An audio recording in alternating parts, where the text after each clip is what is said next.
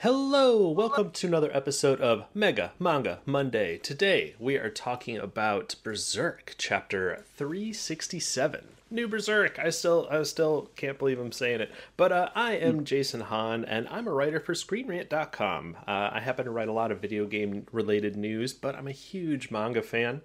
So we decided to start the Mega Manga Mondays podcast to talk about new chapters of series that we love. And today it's a new chapter of Berserk to talk about. And I could go on all by myself, but I got a couple other buddies from Screen Rant to talk to me today about the new chapter.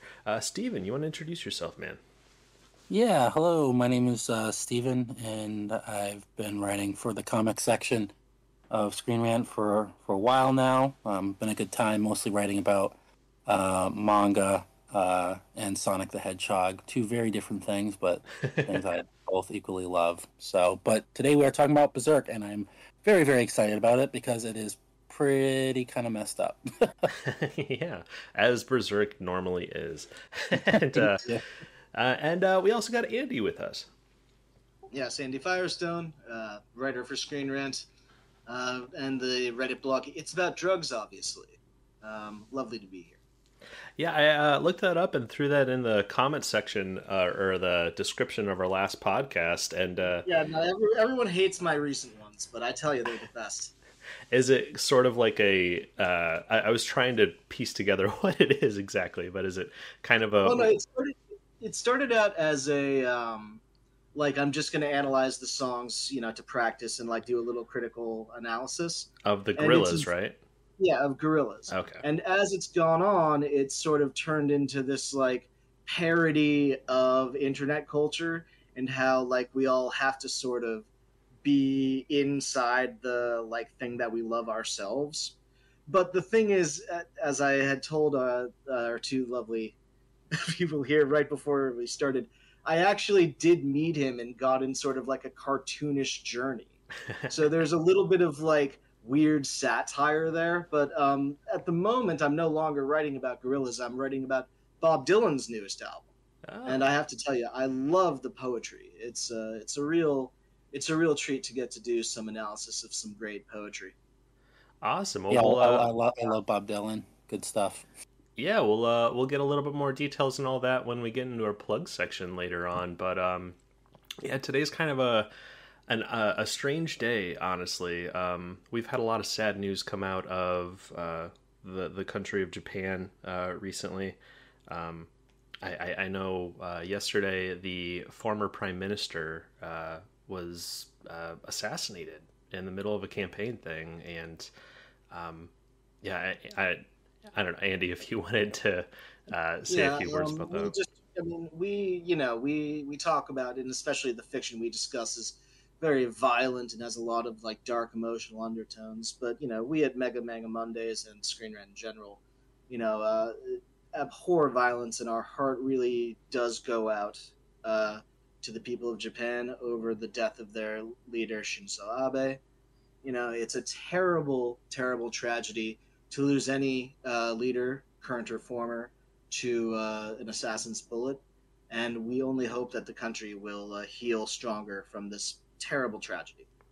Yeah, absolutely. I mean, it's just how divisive a lot of things seem to get these days. Like I hate it how, you should just be able to disagree with somebody and be like, all right, well, I disagree with you, but I'm going to move on. And a lot of other people just can't do that, and it's it's tragic.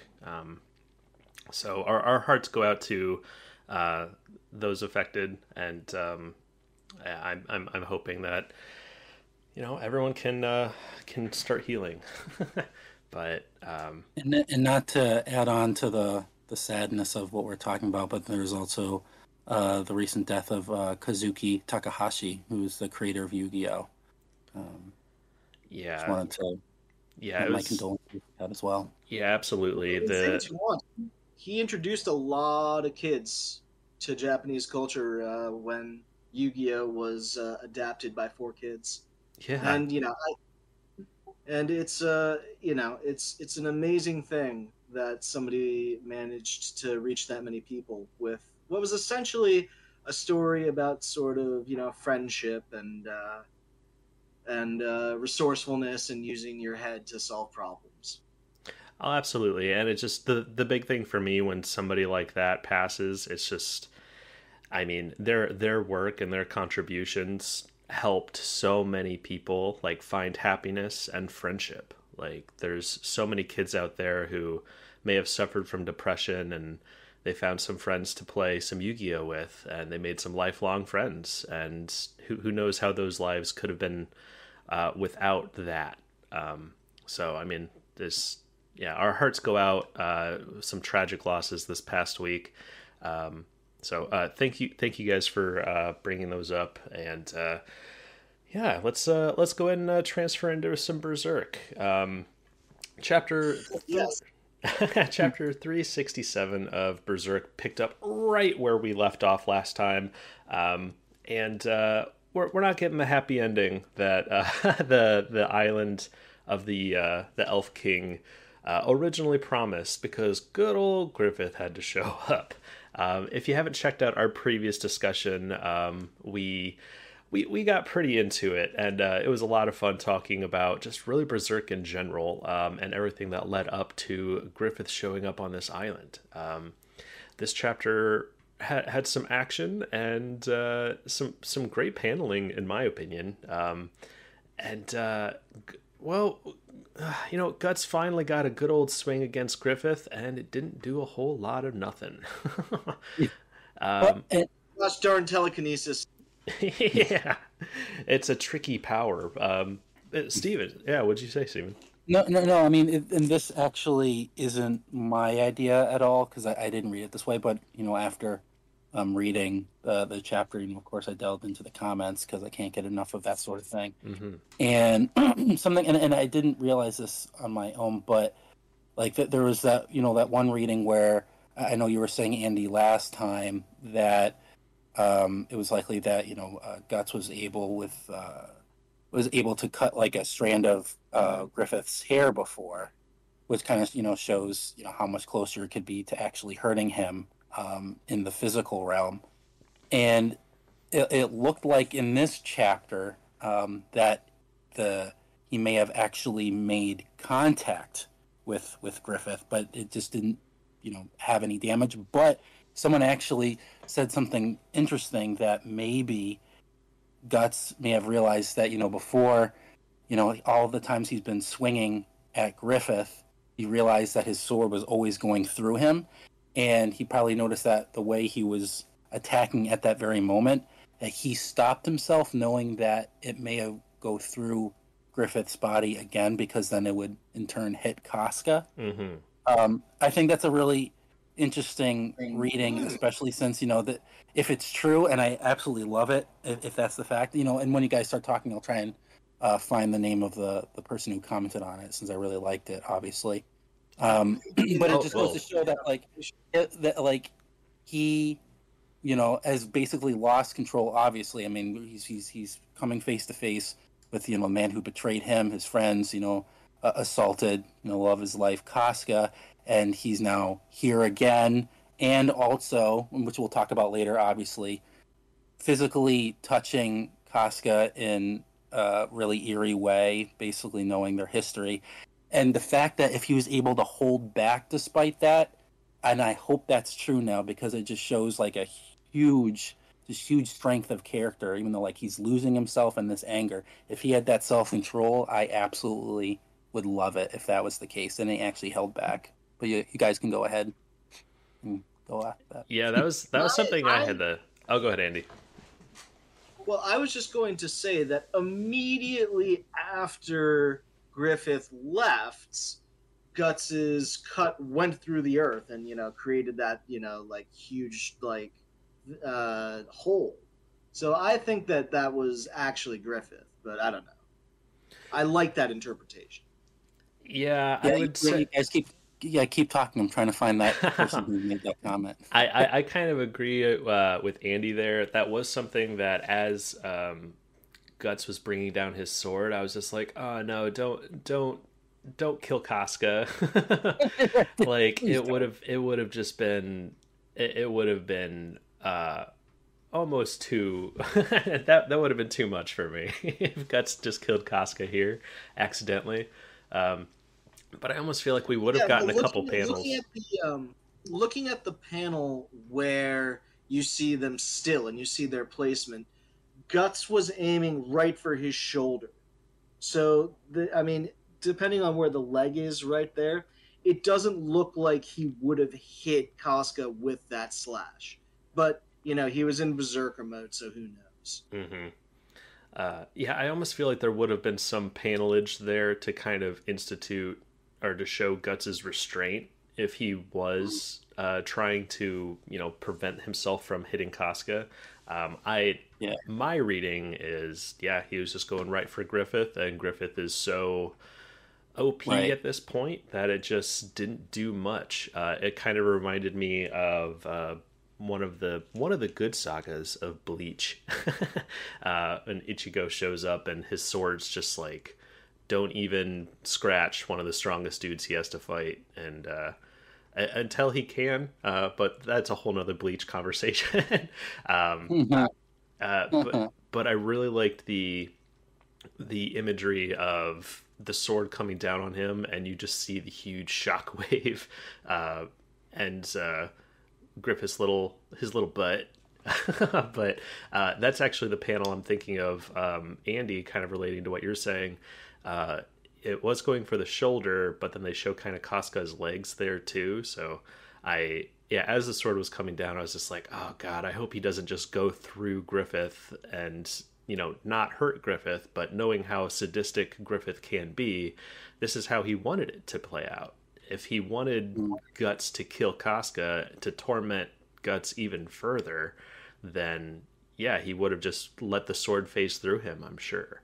So And also, and I just wanted to say, like, before I forget, like, that's one of the things that I've always liked about Kentaro Miura, and what seems to be the case now still, is that Kentaro, he always, unlike many other mangaka, it seems like they don't rely on their art as much, and they seem like they always have to be throwing a lot of dialogue during battle. And something I've noticed with Kentaro is that he's been comfortable in just letting his art speak for itself.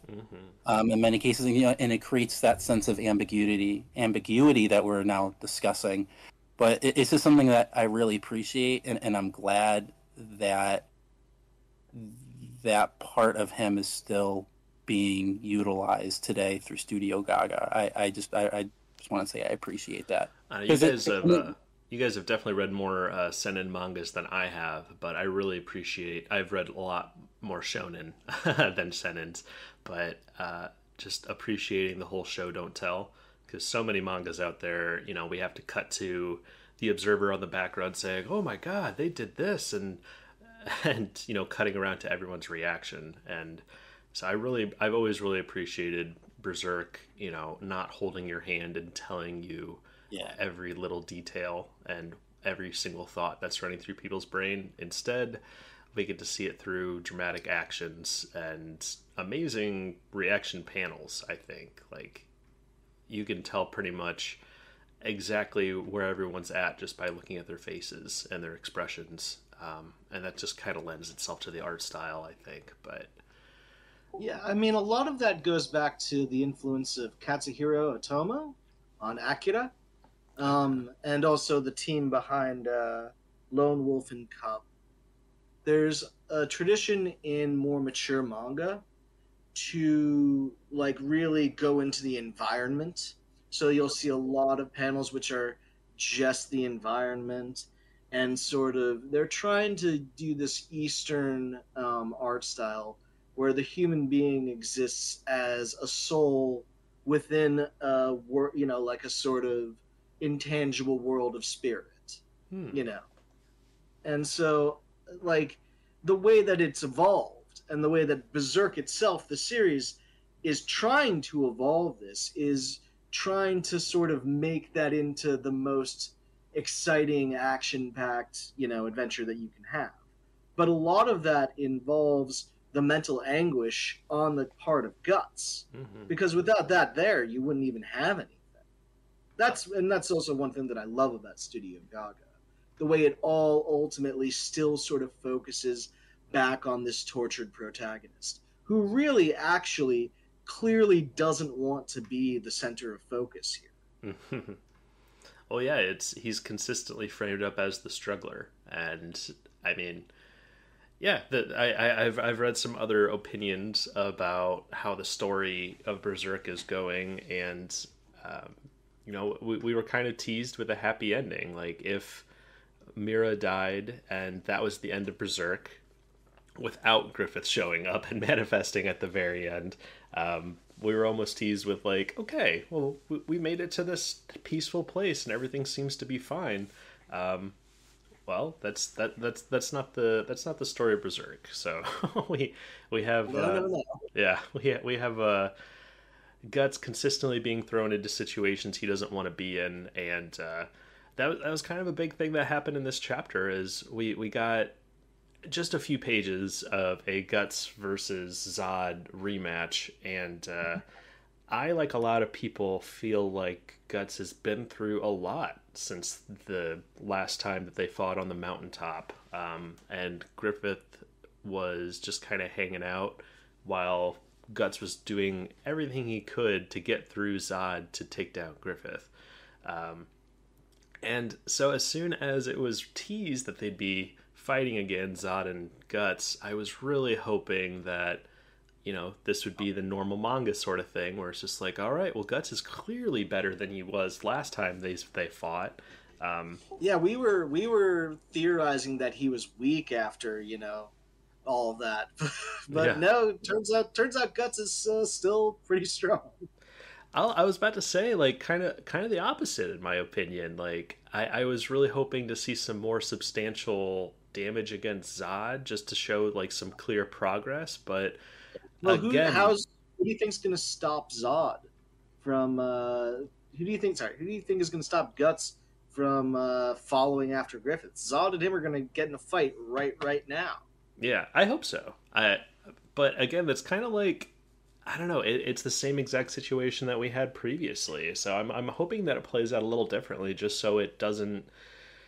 I almost feel like the events that are happening right now are almost repeating the same thing that happened previously with. Well, no, but last time that this happened, Griffith did not take Casca with him. Right. Now, Griffith has he has the kingdom of Falconia, and he's taking her back to it. And the bad thing about that is all of his other lady friends, well, one of his other lady friends, named Sonia, has the ability to read people's minds. So she's gonna figure out, oh my god, Griffith is actually a monster, Mm-hmm. and I'm not sure if Griffith is going to have those lady friends anymore. That's true. That And any time that they've shown Sonya, she's a very likable character. Like, we haven't been giving any like inkling that she is evil or conniving in the background or something. She seems like a pure character. So I'm very curious to see how that's gonna play out. I'm actually really happy you brought that up, Andy, because that was kind of one of my takes, except I completely went a different way. It didn't incorporate Sonya, but actually focusing on Princess Charlotte.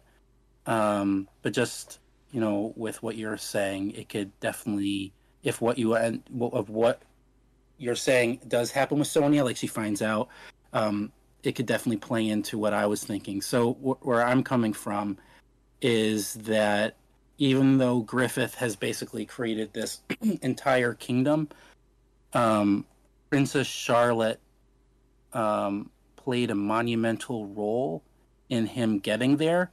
So, like, I think it was in the 350s or so, but when he was, he's starting to build his empire from the very start, and he was actually, like, he came and saved everyone from the Kushan army, and he was basically being looked at as a savior, but he wanted to go a step further and, to say that his Band of the Hawk is now an official Midland Royal Army type of thing. And he was actually not going to be able to get to that if Princess Charlotte hadn't presented herself, because he needed to have consent from one of the royal family members, and that is when.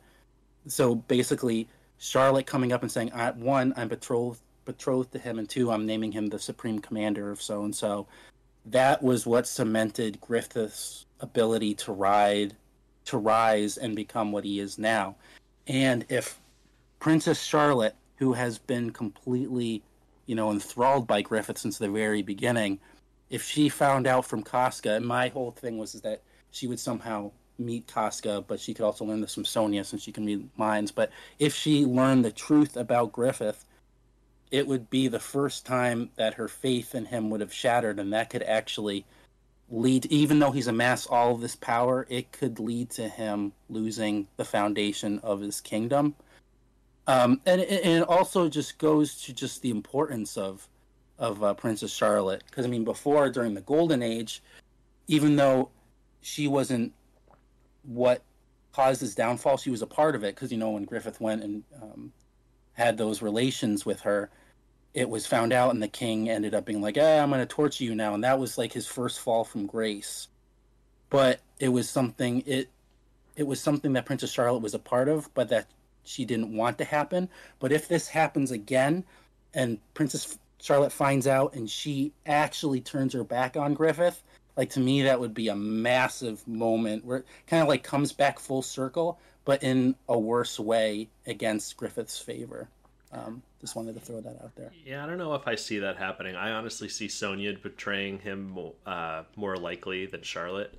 I could see Charlotte like learning the truth, but ever since Charlotte first saw Griffith, she was just 100% enamored. And I almost see like if she does learn the truth, she's still going to figure out some way to rationalize it. She's just like, oh well. See, I don't know about that. Charlotte versus Sonia, I think. I think Charlotte. No, but, see, I know Sonia doesn't like Charlotte, but I'm not sure if that's how it's gonna like. Miura was always incredibly protective over Charlotte. Yeah. Like, Charlotte is seen as actually being a good person. She's never portrayed as being anti-heroic. Now, is she constantly being turned into a damsel? Yes. But in some ways, I always thought that he was doing that to criticize that trope in particular. You know what I mean? Mm-hmm. And in fact, Charlotte is a decent person. Yeah, I agree. I think her only downfall, for me at least, is just being severely naive, and just being able to be swept up. But that's not really a tragic fault. Well, she's a kid, Yeah. She's just a kid. Yeah, and that's kind of. Yeah. I agree with everything you guys are saying, but in that aspect, I think that she is ridiculously naive. So I almost think even if she's told all these things about Griffith, it's not going to translate to, oh, Griffith's a monster. It's going to be, okay, well, he's my betrothed, and I trust him. I trust him completely. So he must have had his reasons. Well, there is. Sorry, go on. No, just like really quick. She has. There is like because I wrote an article about this, and I went into this with a devil's advocate look. Nice. Check it out on Screen Rant. Well, it's not out yet, but she has already been confronted with a gross side or the darker side of Griffith. Like, I ended up having to go back and check this when I was writing the article, and just ended up using it as a devil's advocate type of thing. But she has seen him with monsters like Zod, because he was the one. Griffith and Zod came, to rescue her during that whole thing with the Cushion army. Yeah. So she is aware that he is affiliated with these monstrous creatures, and it's obviously hasn't affected her opinion of him, or at least it's not showing it. She's still willingly able to say that he's going to be the supreme commander type of deal, and she hasn't called off the betrothal. So but you have to realize that and this is a very serious thing, that Griffith is the hero of Midland. Yes, Griffith is the most wonderful, amazing hero who's ever lived, according to their culture. So the reason why she's not going like, oh my god, is because he's literally defeating an army of like, the most horrific, like genocidal maniac who's ever lived. And they're just killing everyone, and it's just like the worst thing ever. Oh, and yeah, and then oh look, it's Griffith. Griffith's back just when we need him. Yeah. Like I think that, and this is something that's even being referenced in this mostly wordless sequence where Griffith comes back and is apparently abducting Casca again. And it's like, oh, look, it's Griffith, everyone's favorite guy. And there's Guts. Guts is the bad guy.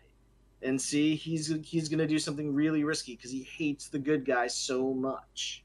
But what's actually going on in the story is no, the villain has returned and the good guy isn't strong enough to beat him yet. And this is why I love Berserk, because it's so pure. Like you're looking at this going on, and you have to like actually rationalize and analyze every single thing as it's happening, even if it's just a dumb action scene. Yeah, and I mean, it kind of like what you were saying, goes into the whole horror of what he's doing right now. Is that yes, like he is being portrayed, like that last shot of him, like heroically standing there holding Casca, like that is. Like without getting into all like the whole visceral image of that and what that entails, it's just like it's such a slap in the face to Guts and everything that Casca went through. It's like because he does look like the hero, and he is holding her in an endearing way that's passionate, and as though she is confiding in him even though she's passed out. It's just such an immense flip of what it actually is. Like it looks like that, but we know his past, so we know what he's doing is just an abominable, disgusting act. Well, the sick thing about it is he actually probably does feel bad. Like he probably is looking sad because he's very regretful of what he did in that instance. But like honestly, who cares? Is he though? Yeah. Is he regretful?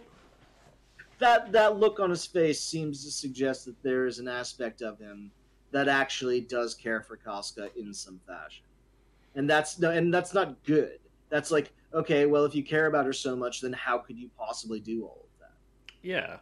Yeah, and that's kind of that's. I said at the last discussion, I'm just dying for a conversation. Like I just want to know what's going on in Griffith's head. Like I would love to have a conversation with him and Guts. I would love him to have a conversation with Casca also, but I'm not sure if Casca. Yeah, you don't want action. You want talky. Go away. Just like to add what, like building upon what you're both are saying, like wanting conversations, wanting to know what Casca is actually thinking. And this is going back to an earlier chapter before all this, so I don't want to go into it too much. But that was one of the reasons why I loved that instance on Skellig Island where they went to the Corridor of Dreams to, go into Casca's psyche and bring her back. Like there was all those like interesting things, mixing real life events and these like kind of like gamified instances where they had to like gather her pieces and put her together. Mm-hmm. But like what I really loved in that was that we actually through Lady Farnese and Sheik, they are able in her dream zone. Yeah, they are able to tune into our mind and know what she was thinking, like not exactly what she was thinking, but her feelings, and it was like the perfect way to revisit an earlier moment where we basically readers understood or had the belief that they knew what Casca was thinking in those moments.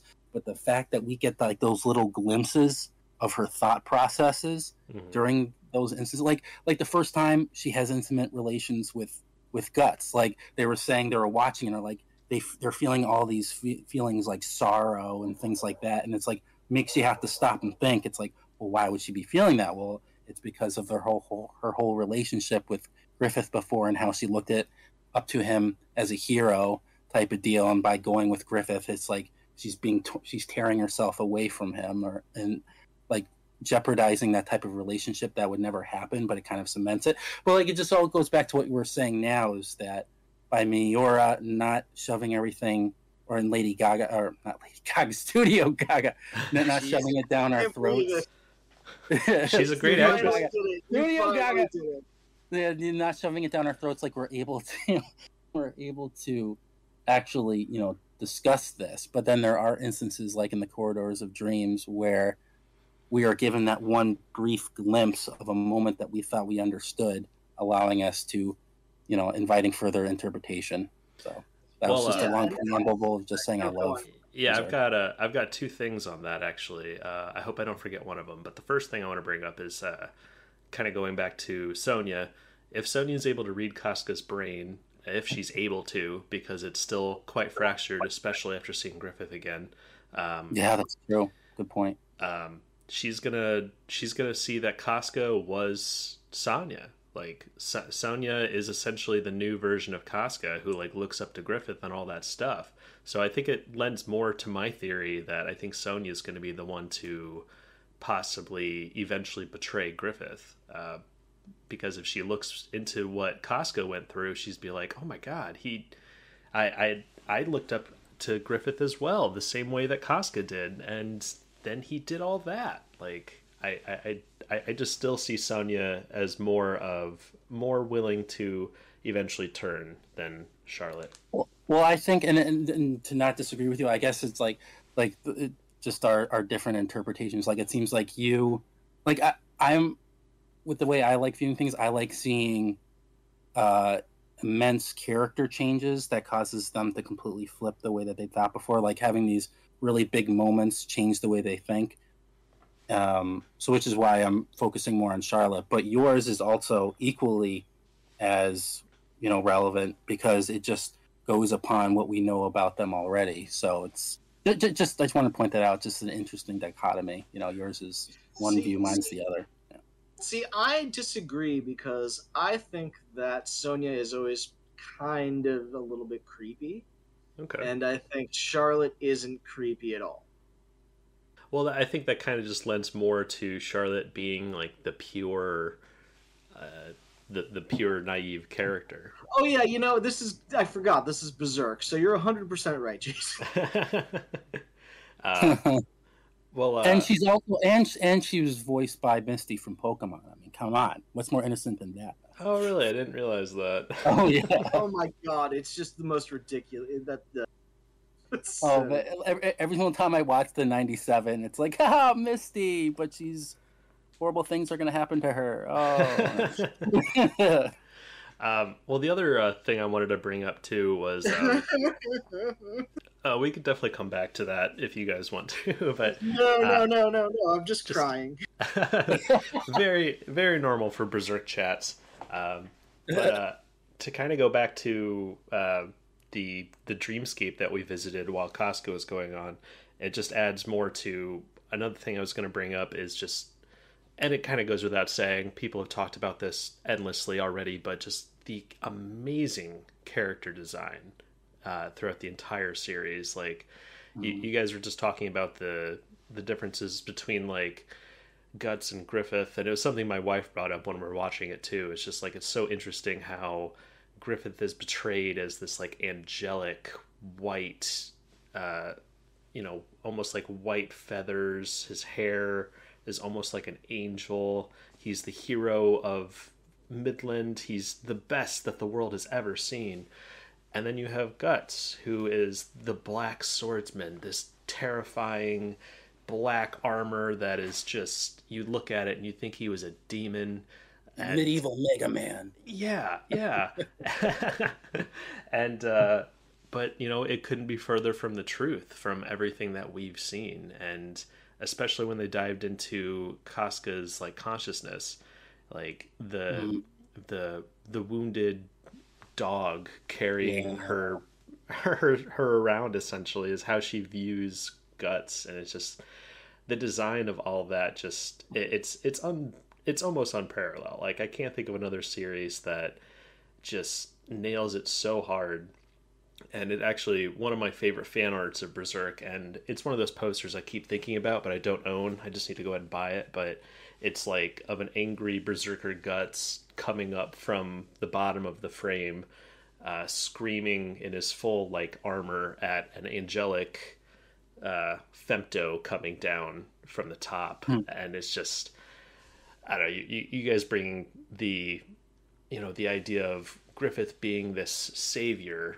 is everything that he wants everyone to think he is, but at the end he goes into the darkest depths to accomplish what he wants. And that's, sorry, go on.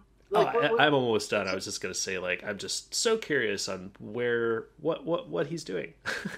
what his plan is. Well, the mysteriousness is part of it, but like, remember what happened with the Kushan War and Ganishka, where like you see the man-made Behelit, and it's just like the most horrifying thing that you've ever seen in your life. So it's going to be something like that. Yeah, because I believe it was last discussion. I could be wrong, but Andy, I think you said that you believe his plan is to like sacrifice the entire population for like a new eclipse. That's what I think. I like that idea. Yes, I think that would.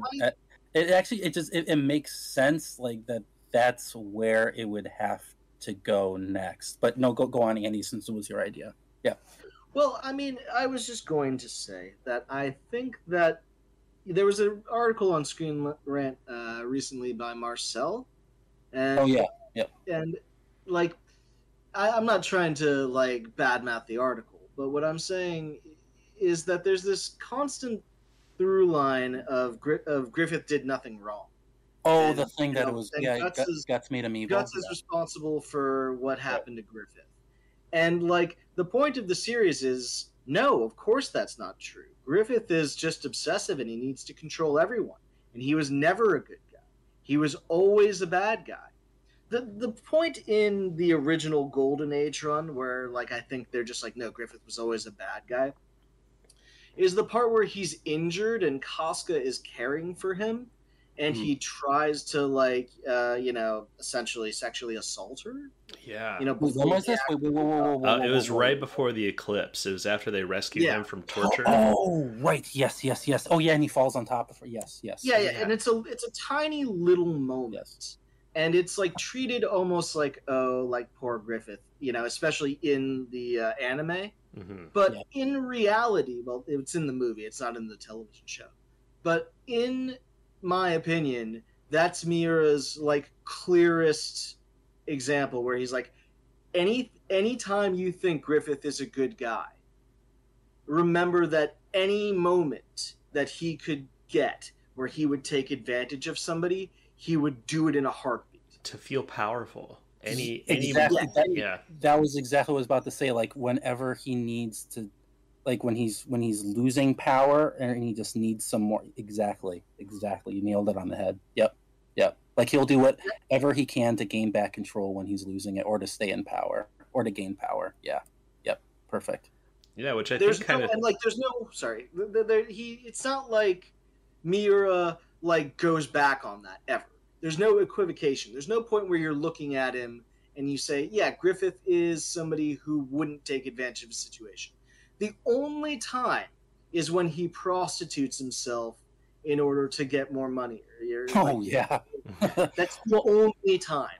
And sorry. No, go. Sorry. And like I'm beginning to think that he's saying that Griffith did that because he liked having sexual power over the man he prostituted himself to.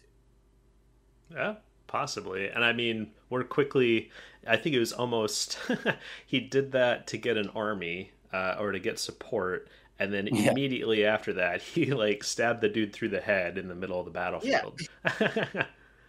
He penetrated him. I would say that it's a psychological advantage that he got there. Think about that. Absolutely. The command, like, I can't even remember his name, but like he's just totally going like, oh yeah, there's that guy who sold himself to me. I'll just treat this like it's nothing. And he literally makes every single bad decision that a commander can make in that situation, goes out there and gets killed. And it's all because Griffith knew that was a strategic advantage that he had over him psychologically. Think about that. Oh, absolutely. That's And there's also I would say there was another instance too, when Griffith ends up confronting Princess Charlotte, because like that was basically at one of his lowest points as well, and it was another instance where he's trying to gain back his power, because it was right after Guts left him, like in that moment when he found out how much his life revolved around Guts, because as soon as he leaves, like everything starts crumbling around him, and the first thing that he does is he goes to the one person who could unlock his kingdom, Princess Charlotte, but then he ends up forcibly taking it. Like, even though it ends up becoming like consensual, I don't know if it's but like he does force himself upon her. Like, it's like, dude, what are you? Oh yeah, yeah. What are you doing? So it's like him again trying to grasp at power, and it just adds to that scene you were talking about later. Like, even after he's been tortured, he can't move, he can't talk, but he still is able to somehow fall on top of Casca. Like, it just lends to Think that. about the will that took. Think about how weak he was. Yeah. Well, I mean, at that point too, I mean, he probably didn't even have, not to get dark, but medieval torture, he probably didn't even have genitals anymore. Like, well, we don't know that. Yeah, I don't know if we'll ever have a flashback to tell or not. But yeah, it just kind of lends to. I mean, it especially after Guts and Griffiths first, or when they have their second duel, essentially, and he loses. The first thing he does is he feels weak and defeated, and he goes and takes advantage of Charlotte because he felt weakened. And so, I mean, he's just the master manipulator, which is, I think, a reason so many people hate him. And it's definitely why I think he's one of the best villains ever put to fiction. But now it's just like he's consistently always 3 steps ahead of everybody. And so I'm almost thinking he's kidnapping Casca to lure Guts somewhere. It just seems like, and that's why like it goes like full circle with the whole Princess Charlotte thing, because it's like in all these instances where he tries desperately to grab for power, it ends up like destroying him. Like when he did with Princess Charlotte, like he loses Guts, he's like, oh my god, and he tries to gain control by going after Princess Charlotte, but then that is what leads to him being tortured and mutilated, even though he does become, femto. But that's why it's just like one of, like, I guess his tragic flaw, even though it's not tragic because we want him to lose. But like all these instances where he desperately tries to gain control by grabbing for power, it bites him. And that's where I think like this is where he's going. Like he's doing this now to gain power, but it's just going to end up destroying him, or at least really. You know what I just realized? I think that Griffith being naked might be a Dr. Manhattan reference. Oh, I do love that. That's interesting. Because Dr. Manhattan is also a villain. Is he, though? Oh, boy. Yeah, he killed Rorschach. He doesn't do anything, and then he's like, oh, you know what I'm going to do? I'm going to kill Rorschach. Because he was going the way of, I would rather commit this evil for the better good of humanity type of deal. Yeah. But it wasn't actually, didn't really do anything. Yeah.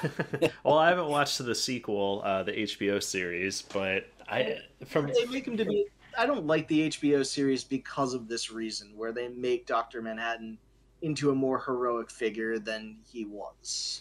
Like, because I was gonna say, like, I Watchmen spoilers, but I've read the comic. I love the movie, and I always got the interpretation that he isn't necessarily evil. It's just he literally has the power to wipe the planet out if he wanted to, but he just saw that as, if I kill Rorschach here, I'm helping this.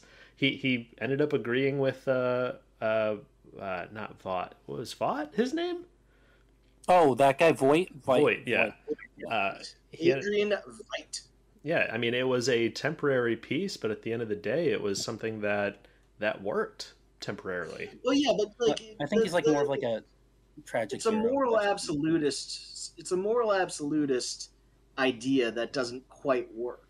Because what Dr. Manhattan is saying is, if you kill all these people in New York City in order to like avert a war, which you don't know is going to happen or not, then all I can do is cover for you rather than expose you as the criminal who killed millions and millions of people.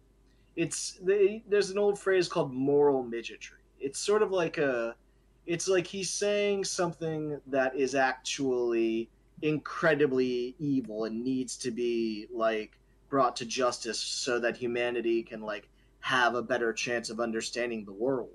Good point. He's saying that doesn't matter. What matters is that I kill this guy because he's going to expose that. That's a great point, and the parallels between Dr. Manhattan and Griffith, the more I think about it, are pretty great. Yeah. No, I can't wrap my head around it. Like I appreciate it. I just I can't. Like at least just from my perspective, like I see Dr. Manhattan more as the tragic hero type of figure that unfortunately made the wrong choice. I don't think that like it was maliciously done.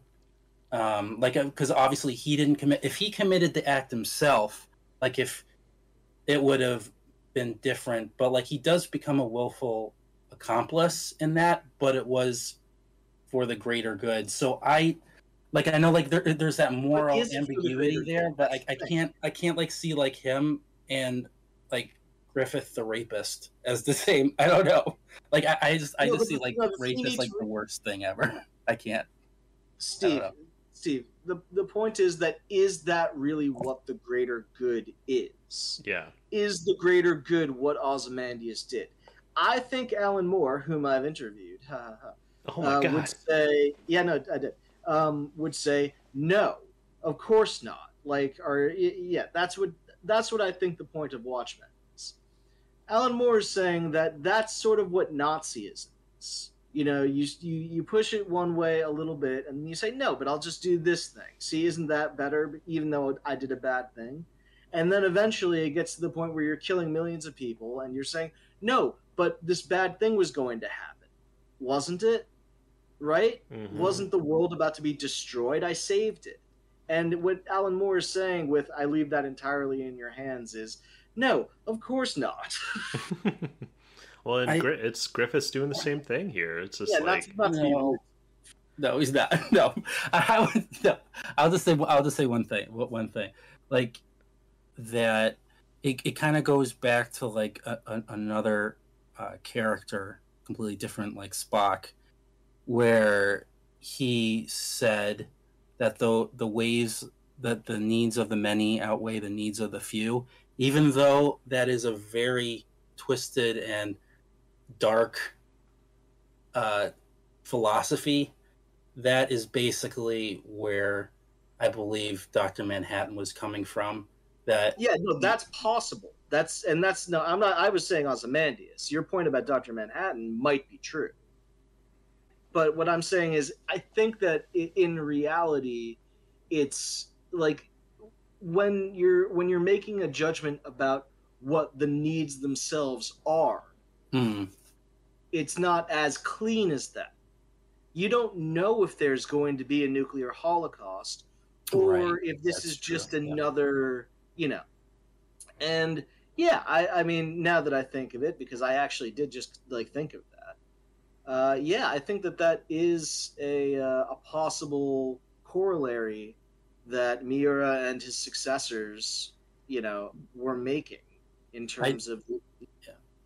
No, I think, I mean, it definitely, and well, also too, I mean, just visually, the comparison is quite apt as well. I mean, it's not like a stretch at all, like visually. So yeah, definitely. You see, and Oh, Stephen, did you have a thought you wanted to finish? No, go ahead.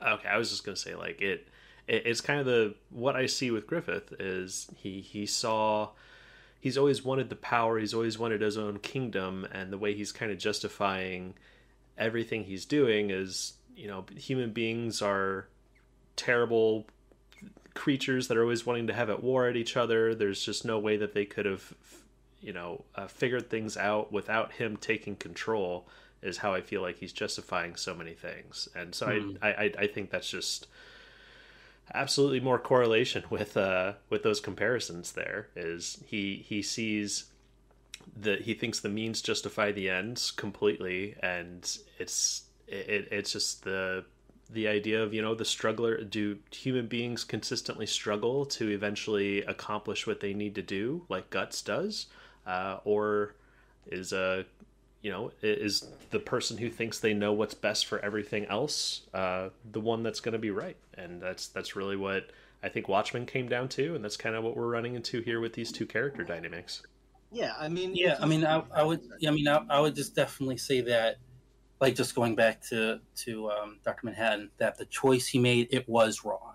Like just going down to like just that, it was wrong. Like, you can see where he was coming from like a standpoint. Like if all of these deaths could, because the fact that is that he didn't do it himself, but the fact that all of these deaths did happen, is there a way that we can make something positive out of it that can save more lives, even though it was still the wrong decision, because it would be all based upon a lie. So can I interpret this one for you, Steve? Okay, so Dr. Manhattan in Watchmen has the ability to see the future. However, Dr. Manhattan only has the ability to see the future if he actually is there. Right. At the end of Watchmen, he leaves the galaxy, and in the series he comes back, but in the novel, the original material, that's it. He's gone. He's going to go do something else. So he doesn't know if Ozymandias' plan succeeds. Right. The issue that I think Alan Moore is getting at when he's talking about, well, maybe that is the greater good from that perspective. But unless you're God, unless you know everything that's going to happen, you have no idea whether or not that choice was right or wrong. Right. So which makes him more human. Yeah, it's one more death. Rorschach's death. It's one more death. But that's right, he kills him. Yeah, he kills him. I forgot about. That's right, he does. It's like the climax of the everything. Yeah, no, that's right, he does do that. You're also the guy that didn't realize the child turned into Griffith at the end, so. But yeah, I mean, so how do we get that correlated back to Griffith? I mean, anytime that we've seen him proven wrong, he reacts quite strongly. And not trying to say that Griffith, made the right choice or anything like that. And of course, his assault on Casca, we could probably talk about what that meant for a while, but I've always thought that was just him being like, I'm all powerful now, I can do whatever I want. Hey, Guts, screw you. I'm gonna do this because I hate you. And as just the thing to kind of twist it into Guts that, he... How dare you make me feel weak? But he respects Guts so much too, but that was destroyed then. And so, I mean, at this point, it's just their dynamic is just so different because Griffith has just ascended so much that I don't know what's going through his head. But if he really wanted to hurt Guts at this point of the story, I think he would have let him cut Casca with that swing. So no, because he loves Casca. Griffith loves Casca in some way. In his own pussy way, yeah. Which goes back to his ultimate depravity. Because he's such a... I mean, like, think about it from like a narrative perspective. Like, you finally have a chance to have a Casca who is free from Griffith, and nope, here now she's a prisoner again.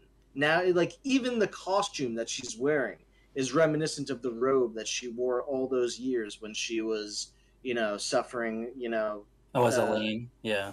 yeah. And it's just like, yeah, you want people to develop. Well, this story, because of this villain, people don't get to change. Mm. And I thought it was, and like it's sort of a commentary on the audience as well, because it's like, okay, was this what you wanted again? Does this feel good to see this happen? There's a fringe brilliance just in these last 3 chapters. It's a commentary on what the story is going to turn into, as a commentary on sort of escapist fiction, and like how we let things like sex and violence and power bleed into these stories and put the wrong messages out there. Yeah, I could see that. It's just where they're gonna go from here, and it is brilliant. Like, and it's kind of how we started the podcast too. It was like we thought we were getting everything we wanted, and then suddenly this happens, and it's okay. You guys have wanted Guts and Griffith and Casca to all be in the same place. Oh, here you go.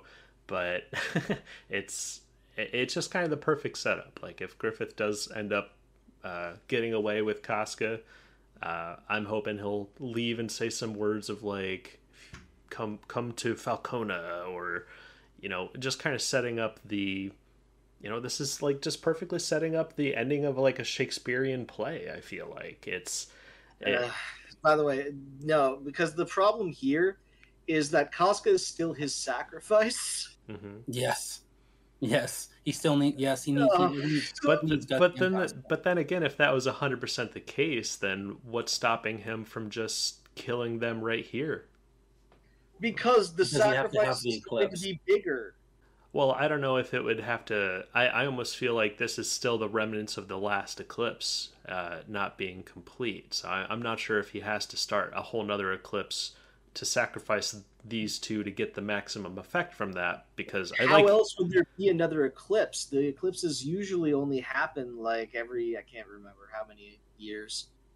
Oh yeah, it was like something every 10,000 years or something, which, oh my god, time dilation on Elf on this island. What if they've been here for 10,000 years? Well, and then there's also the thing where, and we can say that is how he feels now, but you have, in order to make a sacrifice, you have to sacrifice people that matter. 216 years, just for, yeah. So that seems even more likely that maybe that time has gone by already, and he is possibly setting that up. But I like your idea of, his end goal is to sacrifice the entire world, to gain some sort of new level of godhood. I theorize that this is what I theorize is going to happen, and I could be wrong. But what I theorize is going to happen is he has kidnapped Casca in order to lure Guts there. Mm-hmm. And once Guts is there, he's going to say, okay, you can either join my new band of the Hawk, or I can start another eclipse by sacrificing Casca, or something crazy like that. And I don't know, like you can save Casca by joining me. Yeah.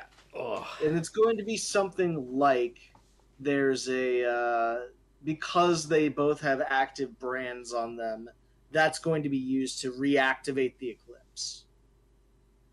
Yeah, that sounds pretty likely. Yeah, but before the 216 years are up. That's because that's the only way they can do it. That seems like the perfect setup for a final thing here. Me and Valcona, and then Guts is probably going to be like, I'm not strong enough to do that. I need to go through a training arc.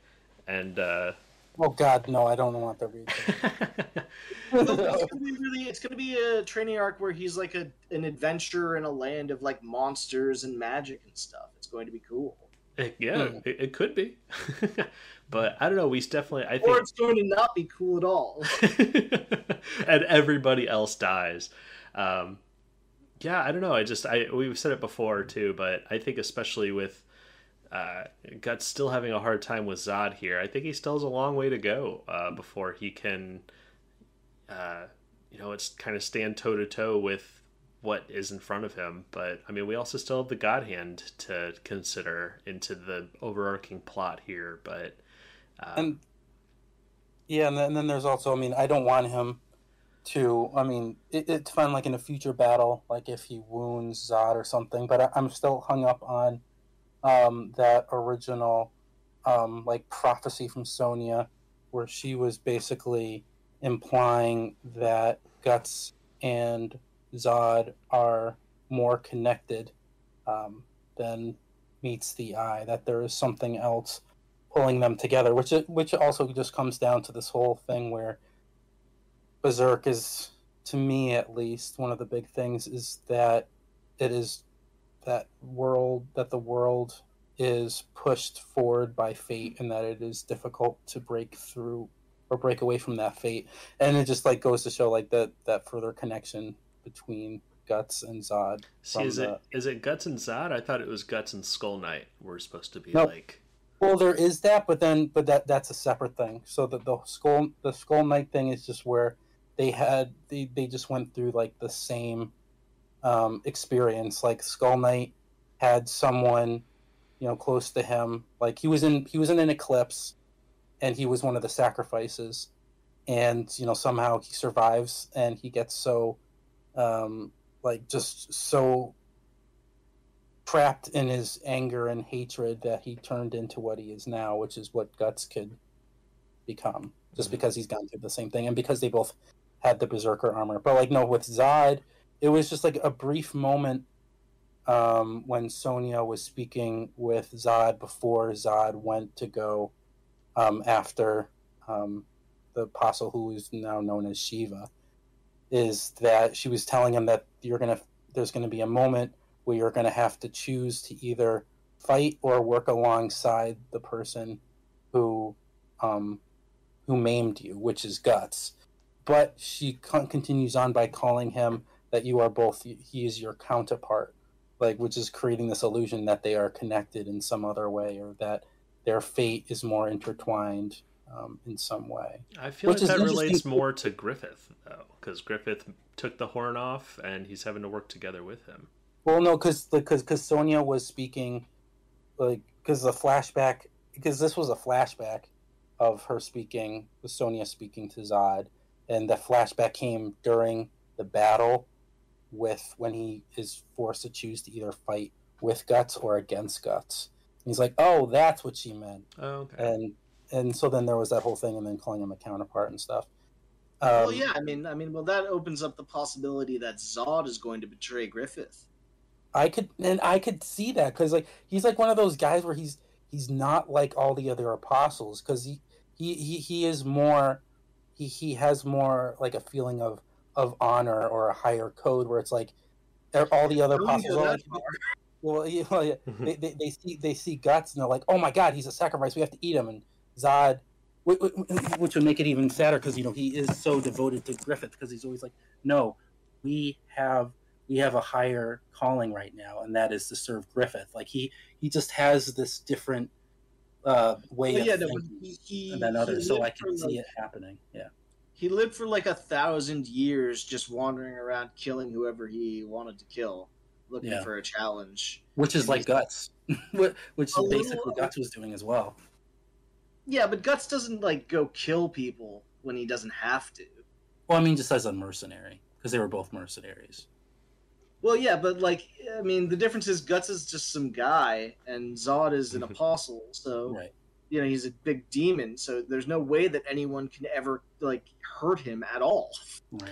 Well, which is why like his introduction was such a big deal. Like, yes. I mean, when they fought him in that castle dungeon, he's just like, oh man, I haven't encountered somebody that has been able to hurt me in 8 decades, let alone 2 people.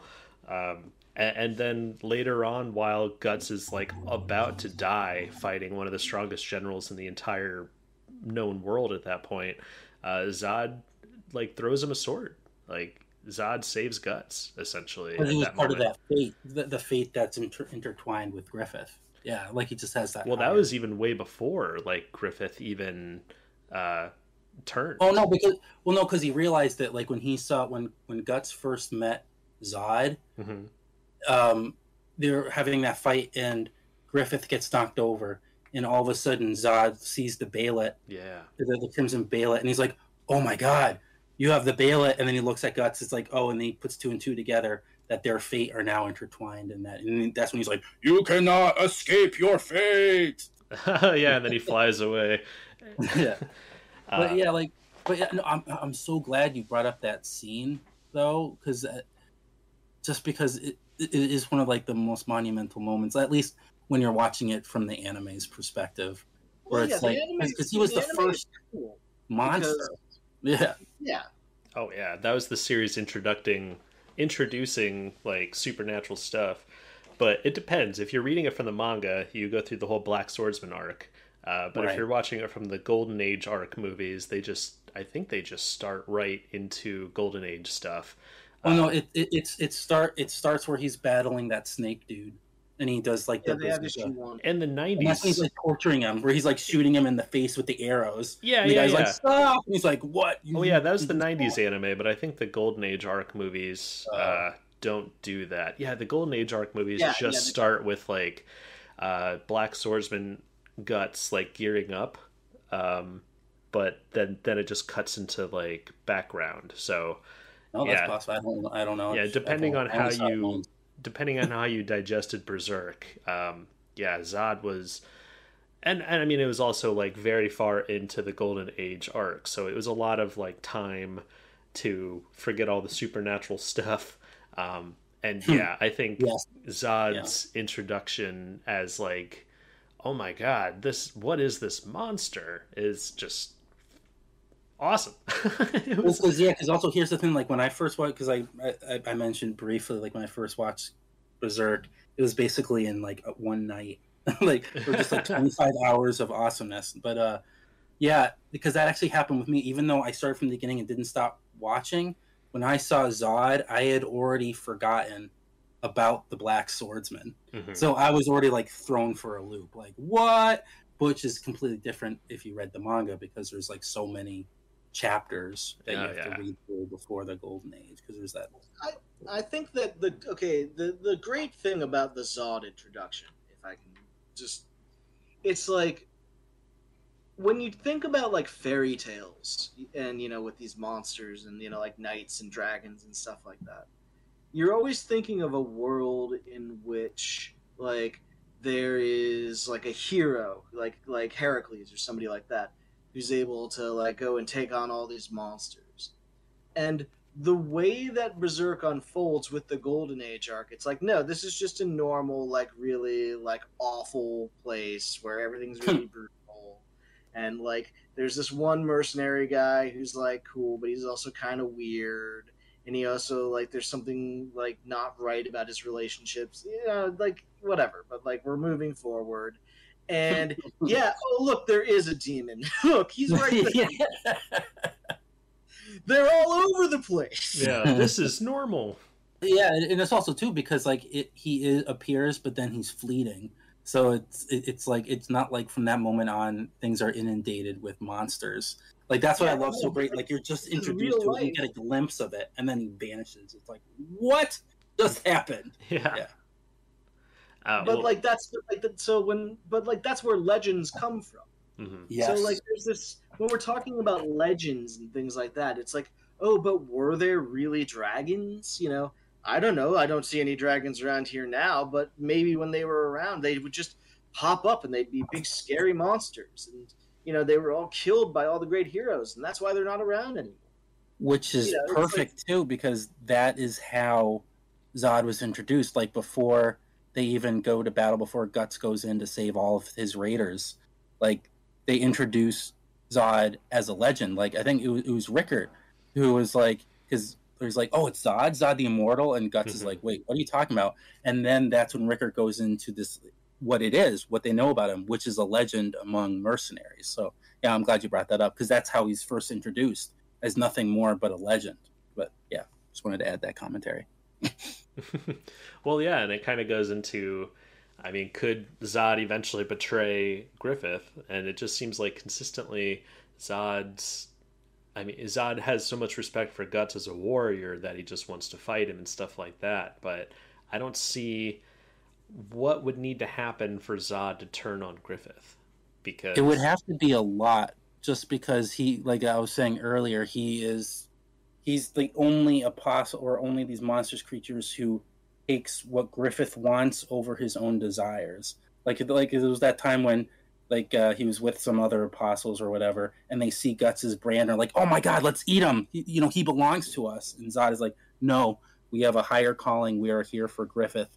We have to push down our baser instincts for the greater good." So yes, it would have to be something monumental for him to betray Griffith, just because he's just so intertwined in his, like, what he wants in his ideals. So it would have to be a lot. Yeah. Yeah, and I almost feel like I was just gonna say real quick. I almost feel like story beat wise, I feel like it would be more appropriate to have Zod fall by the hands of Guts. That would be sad.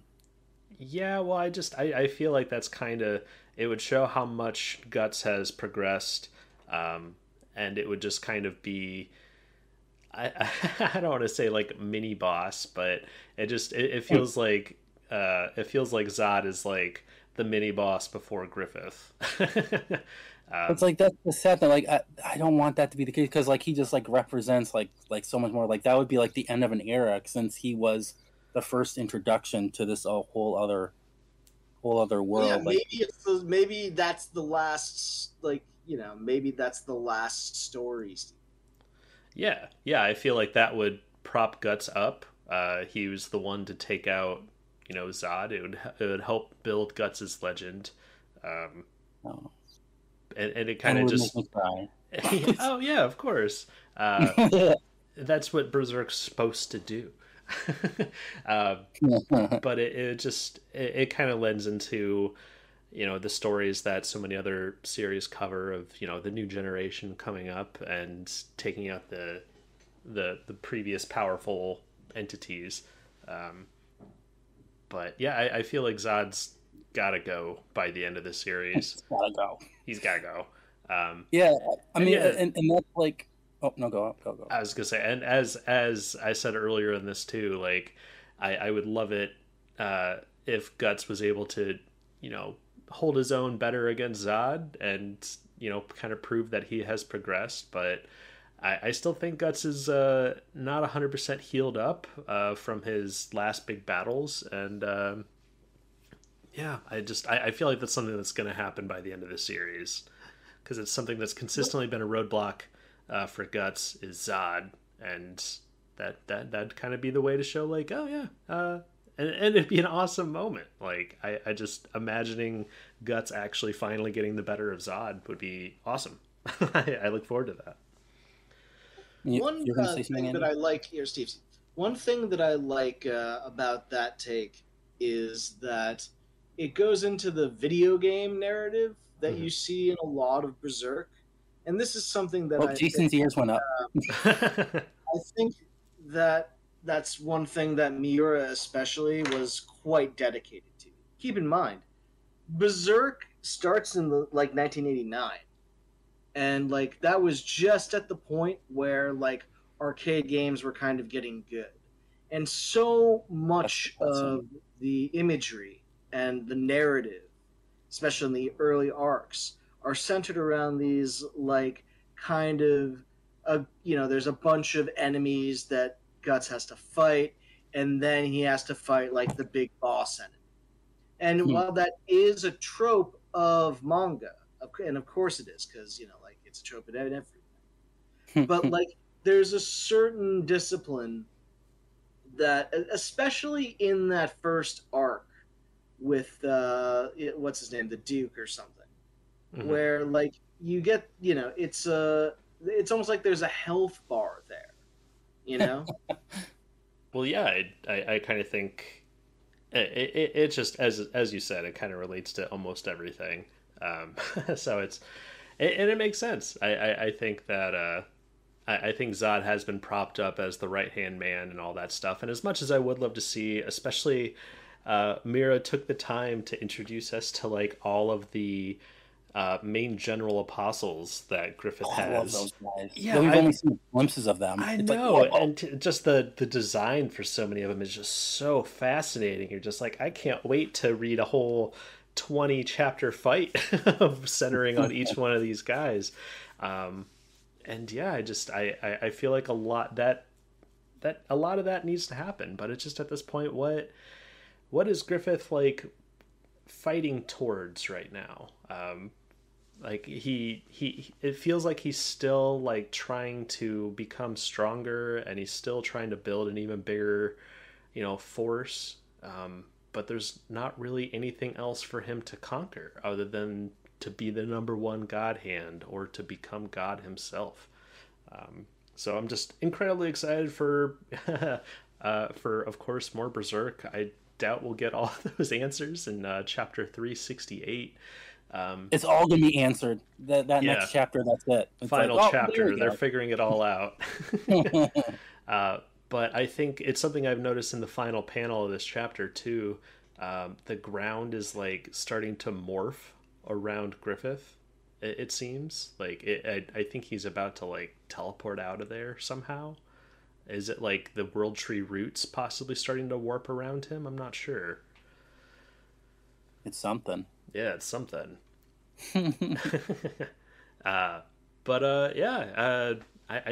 We're about to surpass our longest podcast time. So any other thoughts on chapter 367 before we wrap it up, guys?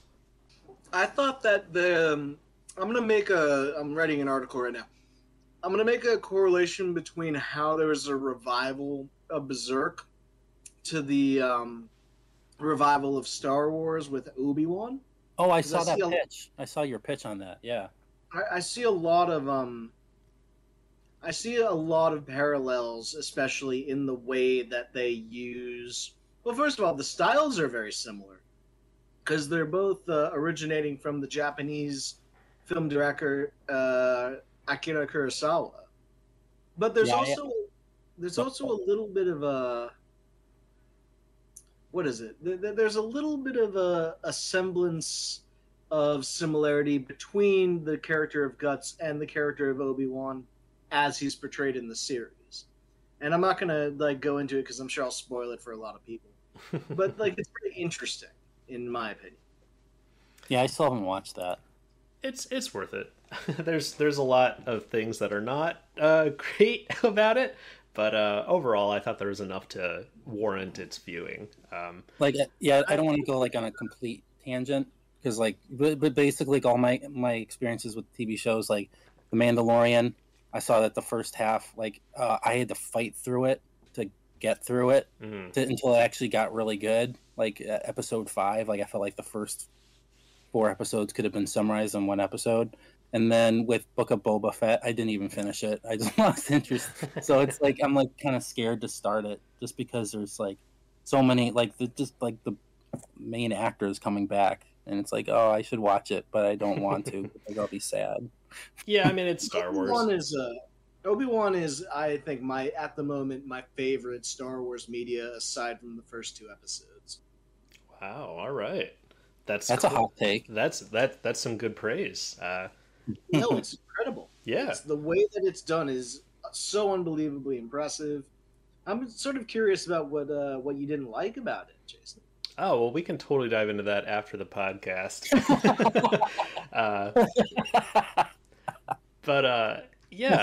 I can overall recommend the Obi-Wan series. I do like the idea, just Obi-Wan is, I'm not going to spoil anything huge, even though it's been, I think, a month since the finale aired.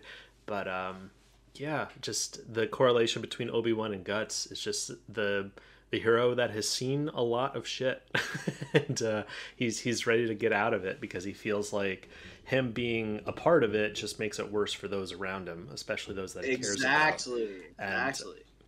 And that's consistently the thing that Guts has been grappling with. I feel like almost every arc is he looks at Casca and he's like, you know what, am I doing more harm than good? Should I just let somebody else take care of her?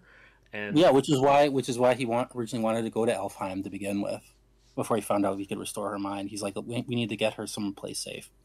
And now there is somebody new taking care of her. And Yeah. spoilers, his name is the old guy. Yeah. Oh boy. Oh man. It just I'm gonna be really disappointed. I mean, of course I'm like everybody else. I wanted Casca to get her sanity back, and then she does.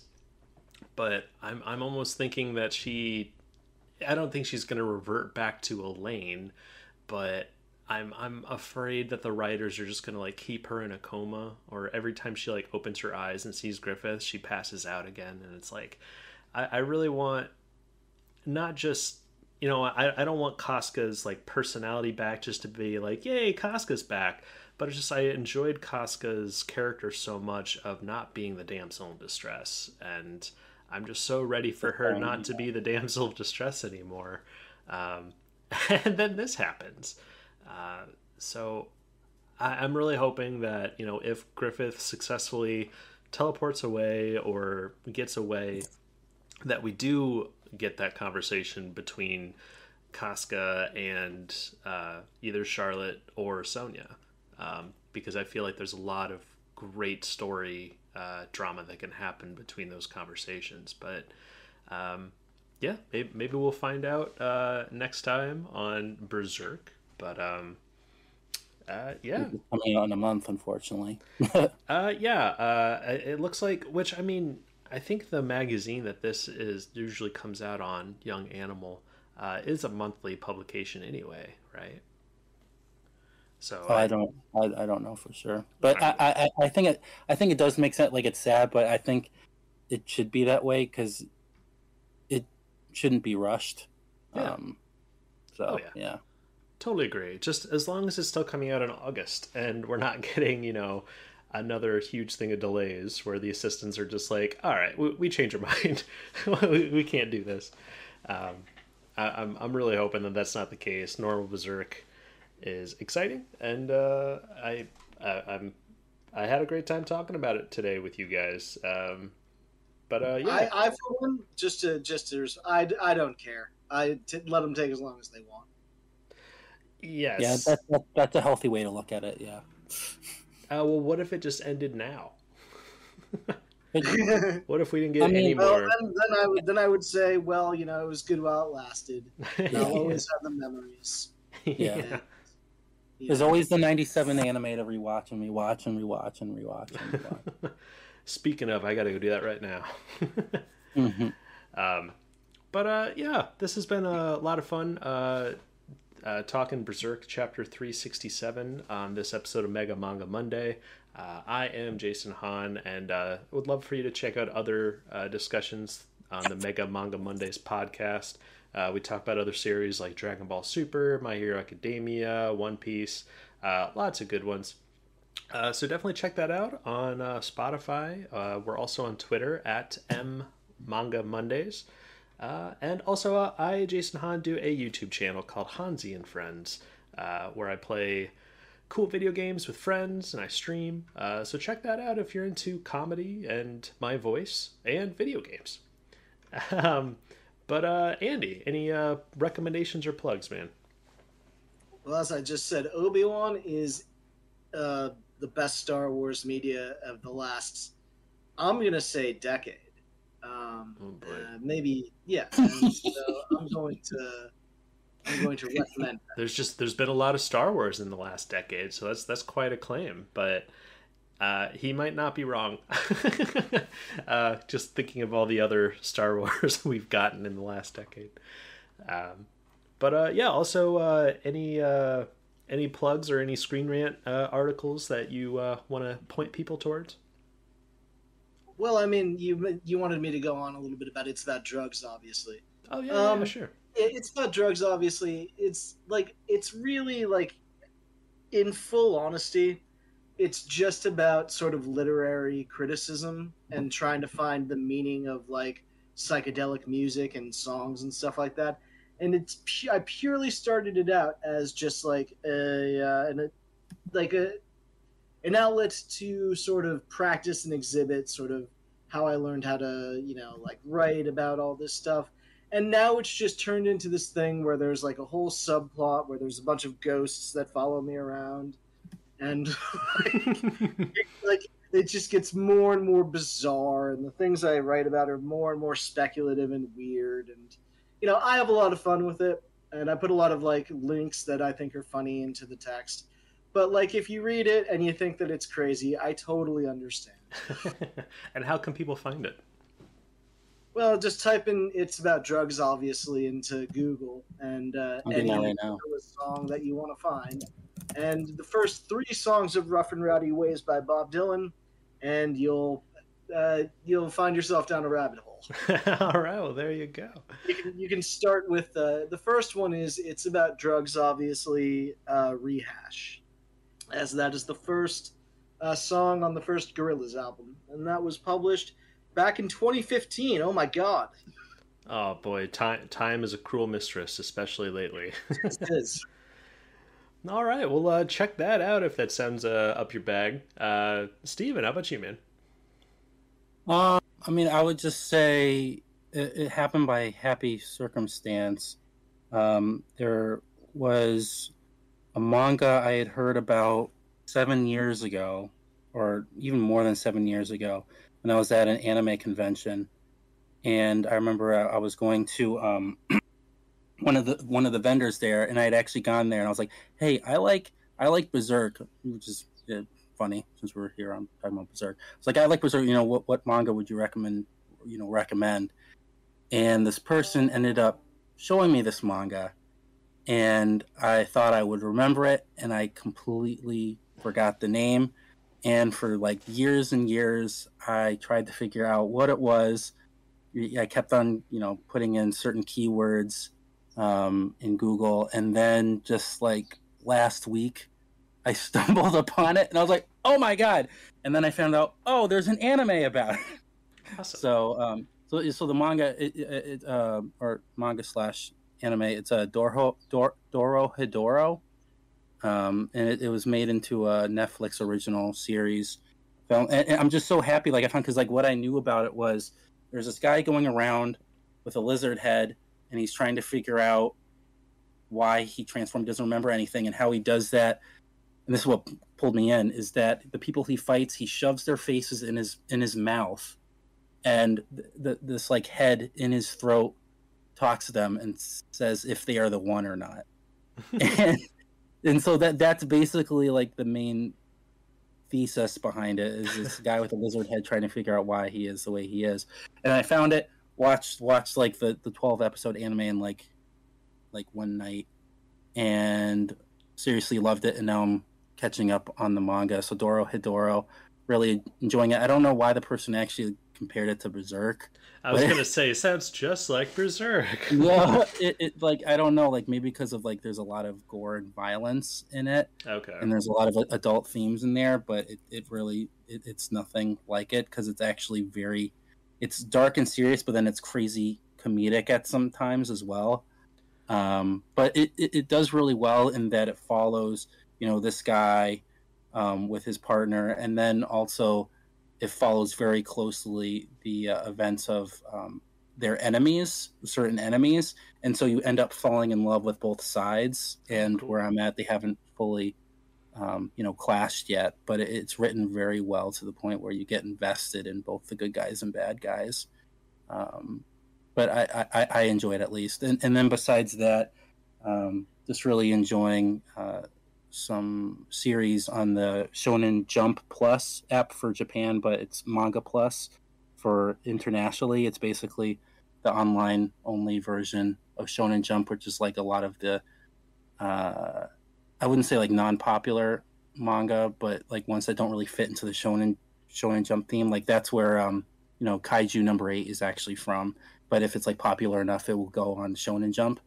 But there's like 2 really good series that I'm enjoying, where it's kind of like, wow, I kind of wish, especially because of all the newest seasons or newest series on Shonen Jump, they've been really not that good, and these new series on Manga Plus are really good. But yeah, make the Exorcist fall in love in Stage S, just because they're shonen, like it's an action, but there is a great deal of romance pushing it, which I like. As you know, Jason, I have a problem with like action where there's no romance involved, and those two like are doing it really well. So I'm really excited about that. And I actually just saw a news thing saying that the first volume of Make the Exorcist Fall in Love has been having to be reprinted 4 times now. Oh wow! So that's a really good sign that it might actually stay, or maybe even get pushed onto Shonen Jump, like Kaiju #8, Cool. and Spy Family, things like that. So hopefully it gets more attention. And Stage S is still really early, and it's starting to get really weird after the first chapter. But I'm still holding on to it. I'm still more invested in it than in a lot of other Shonen Jump series. So, yeah. Oh, very cool. Check that out. One thing you brought up, and this might end up starting a whole nother 20-minute conversation, but I always find it really interesting when you tell people, it's like, yeah, I really like Berserk. I'm looking for something like it. Berserk means so many different things to so many people. Like you say that, you said that to that one guy, and he's just like, oh, okay, well, he might like this because this is also gory. And it's like, Berserk's a little bit more than that. And you say to somebody else, and they're like, oh yeah, well here's this other anime about a dude with a big sword. And you're like, it's a little bit more complex than that. But really, thanks for trying. Thanks for trying. Yeah. But yeah, no, like just on like we don't want to go on a tangent here, but it's like for me with Berserk, and I guess maybe it just goes with the '97 anime, since that's what I first got fell in love with Berserk. Especially Guts' theme, which I listen to all like way too much. Like I have a thing on YouTube, like a 10-hour loop sometimes, and like it just has. I haven't been able to articulate it really well, but it just has this atmosphere and overall feel that I haven't seen emulated anywhere else. Like I like because like before I got it, like for a while before actually going into Screen Rant, I had a thing against shonen, as you probably couldn't tell, like of my other really crazy opinions. But like, so I was always desperately searching other seinen, trying to find something else like Berserk. Like I was just like delving, trying to find it. I just haven't been able to. Like it just has this aura, this atmosphere that I haven't been able to get anywhere else. It's frustrating, but I guess this is something that can't really be emulated. Attack on Titan. Attack on Titan is the closest I think. I love to. Yeah, Attack on Titan is. Oh yeah. Yeah, I gotta really finish that still. Read Akira. Like I promise you, Akira is. I mean, Akira is like. Like I watched the film. Yeah, no, much different. Much different. Yeah, the manga totally different ending and stuff too. Yeah. No, it's much longer. A lot of it's a completely different piece. The origins of Berserk are clearly seen in Akira. But like, it's not necessarily. That's something like, so many people like credit. I've always, I guess I might have been saying it wrong the entire time, but Akira. Pronounce it however you want. Yeah, but yeah, that's always seems like whenever people are highlighting like what they drew inspiration from. That seems to be one of the first major ones that really made a huge impression on so many manga artists and so many storytellers these days. I don't know if it's official or not, but I just like seeing like so many people saying that Kentaro was heavily influenced by Fists of the North Star. Yes, I think he was an assistant for that. Oh, is that what it was? Oh, okay. Yeah, because I think it's true. Like it's good. I mean, I don't know. Yeah, it's like one of those things. Like I started. It's Fist of the North Star is good. I haven't really been able. Like I started reading it and I was just like, nah. It's not as sort of. You can sort of see a little bit of the underpinnings of Berserk, but it's not. It doesn't do that psychedelic thing, I don't think, where like you just sort of like start going into this world and you just get sucked in. Yeah. And it feels like a natural sort of breathing world. That's when people talk about Akira, that's what they're talking about. It's an innate sense of being able to create a unified world in the panels of the story. And that's really what I think was masterful about Miura's approach. And I think that the way that Berserk is doing well, and Studio Gaga is doing well with it, is because they're not trying to do it in the exact same way that Miura did. They're trying to find their own way of doing it, while still like maintaining the kind of discipline that he did in creating the perspective and the action and everything else. Mm. Yeah. I'll have to check out Akira then. Yes, Mega Manga Monday fans, I hope you had a pen and paper ready before our recommendations, because you got a lot to check out now. But yeah, I think that'll do it for this episode of Mega Manga Monday. As we said, check out other episodes, and look forward to our next discussion after the next chapter drops in August. But that'll do it for this episode, and thanks for your time, and had a lot of fun today, guys. We'll see you next time. Definitely.